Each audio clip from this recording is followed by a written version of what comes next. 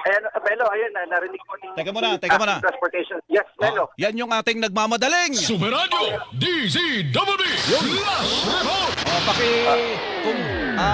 Pakiulit mo nga, Mark, Oo. isa-isa magkano yung itataas sa pasahe Oo. kung natatandaan mo? Aha.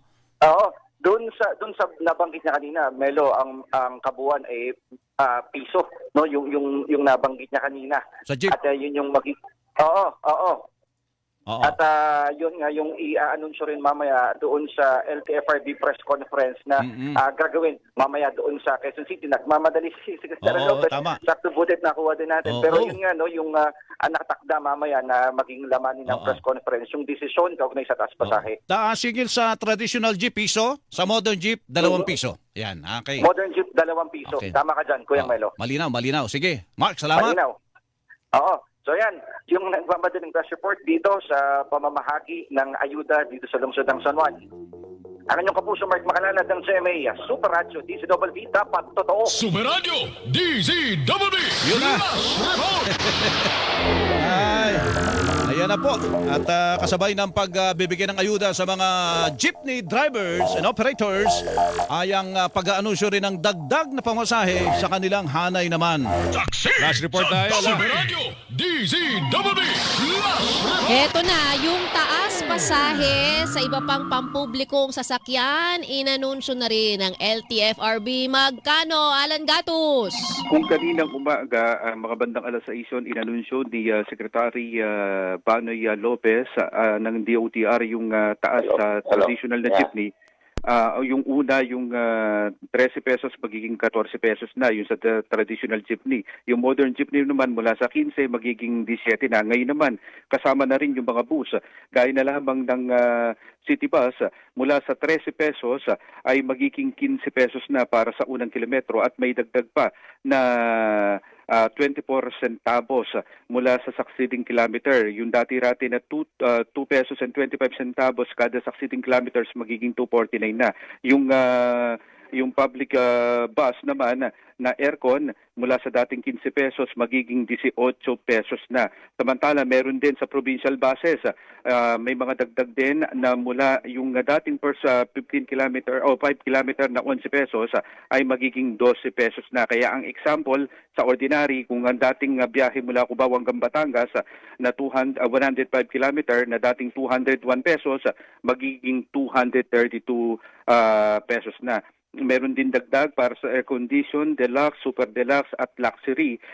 Yung bawat bus, yung katulad ng air condition na provincial bus, yung dating 200 o 2 pesos and 10 centavos magiging 2.45 na. Ibig sabihin ay 16% yung increases. Yung deluxe merong 15% increases, yung super deluxe may 14% increases at yung luxury na bus ay may 15% na increases. Kaya yung air condition na dating 221 mula Cubao hanggang Batangas magiging 257 na yung babayaran. Kung Manila to Baguio naman na dating 469 pesos yung ordinary, magiging 542 pesos na. Ibig sabihin 15% ang increases. Yung kung aircon naman ang sasakyan mo papunta ng Maynila hanggang Baguio, yung dating 517 magiging 603 pesos na.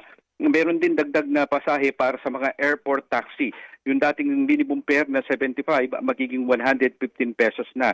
Gayun din yung TNBS para po sa mga sumasakay na TNBS, meron din dagdag yung sa sedan. Ito yung mga kotse mula sa 45 magiging 65 pesos na. Kung AUV o SUV naman mula sa 55 magiging 75 pesos na yung base fare. Yung hatchback naman mula sa 35 magiging 55 pesos. Kung premium naman ito mula sa 145 pesos magiging 165 pesos na. At P2P meron din na 15% increase sa kanilang mga ruta, sa kanilang pasahe sa bawat ruta. Yun ang binabanggit ngayon, nakaka-anunsyo lamang ng LTFRB. So halos lahat ng mga pampublikong sasakyan ay may dagdag maliban sa UB Express, regular taxi at motorcycle taxi na nakakapail lang ng kanilang per petition na ayusin nila sa mga susunod na araw. Ako si Alan Gatos ng GMA Super Radio, DZWB, dapat totoo. Sumeradyo DZWB Last Report. Taxi sa WB Super Radio, DZBB, Last Report! Isa sa mga suspect sa pagpatay sa isang retiradong pulis. Sa Maynila, sumuko na. Tuesday New Tuesday. Pasok! Sumuko na sa mga otoridad ang isa sa mga sospek sa pagpatay sa isang retiradong pulis Maynila na si retired Police Officer George Capistrano. Dinala sa tanggapan ni Manila Mayor Isko Moreno Dumagoso ngayong hapon ang sumukong sospek na kinilala lamang sa pangalang alias B-Boy. Sinabi ng sospek na hindi niya alam na papatayin o babarilin pala ng kanyang kasama ang biktima na si Capistrano. Walaan niya siyang dalang baril at ang tanging partisipasyon niya sa krimen ay driver ng motor na ginamit nila para hold upin o pagnakawan ng biktima. Sinabi ni Mayor Dumagoso na ongoing ngayon ang manhunt operations o pagtugis para matunton ang kinaroroonan ng isa pa sa mga suspect na siyang bumaril kay Capistrano at hindi anya sila titigil hanggat hindi na ibibigay ang karampatang hustisya kay Capistrano at sa kanyang pamilya. Ako si Tuesday Tagunyo ng GMA Super Radio DZBB, dapat totoo. Super Radio, DZBB, Last Report! Super Radio, DZBB, Last Report!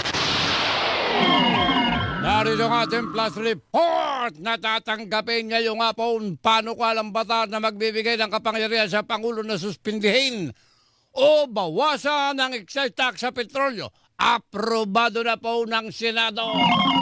Mabuti naman at madaling naaprubahan niya ang tinutukan ng balita na yan ng NIMPA. Ravelo, go! Pasado na sa ikatlot pinal na pagbasa ng Senado ang panukalang batas na magbibigay sa Pangulo ng otoridad na suspendihin o bawasan ng excise tax na ipinapataw sa mga produktong petrolyo. Tugon ng panukala na nasa Senate Bill No. 1982 sa patuloy na pagtaas ng presyo ng petrolyo na dulot ng giyera sa Middle East. 17 senador ang bumoto ng pabor sa approval ng panukala. Walang tumutol, walang nag-abstain. Naaprubahan ito ngayon sa second reading, diretso sa third reading dahil sinertipikahan ng Pangulo bilang urgent measure. Sa panukala, maaring iutos ng Pangulo ang suspension o bawas sa excise tax kapag sumampa o lumampas sa $80 ang presyo kada bariles ng petrolyo batay sa Mean of Platts, Singapore sa loob ng isang buwan. Maaring gamitin ng Pangulo ang otoridad hanggang December 31, 2028 habang ibabalik naman sa dati ang excise tax kapag bumaba na ang presyo ng petrolyo sa $80 o kapag naging mas mababa na sa $80. Sa deliberasyon sa panukala, sabi ni Senator Pia Cayetano na chairperson ng Senate Committee on Ways and Means at sponsor nito, maaring maramdaman ang epekto ng suspension ng excise tax sa loob ng 30 to 45 days matapos itong maisabatas dahil may nauna ng stock ng petrolyo na nabili ng oil companies na pinatawan pa ng excise tax. Ibig sabihin ay maaring maramdaman kapag naubos na yung current stock ng petrolyo.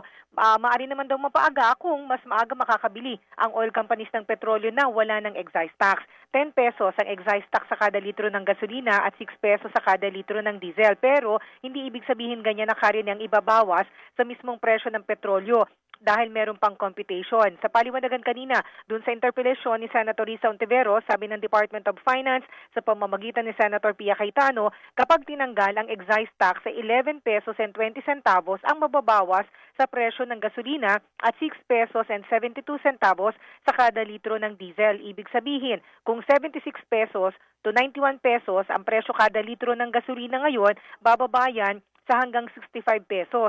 At kung 88 pesos and 95 centavos to 114 pesos and 90 centavos ang diesel ngayon, bababa sa 82 pesos. Pero yan ay sa loob ng isang buwan o kaya hanggang isang buwan at kalahati.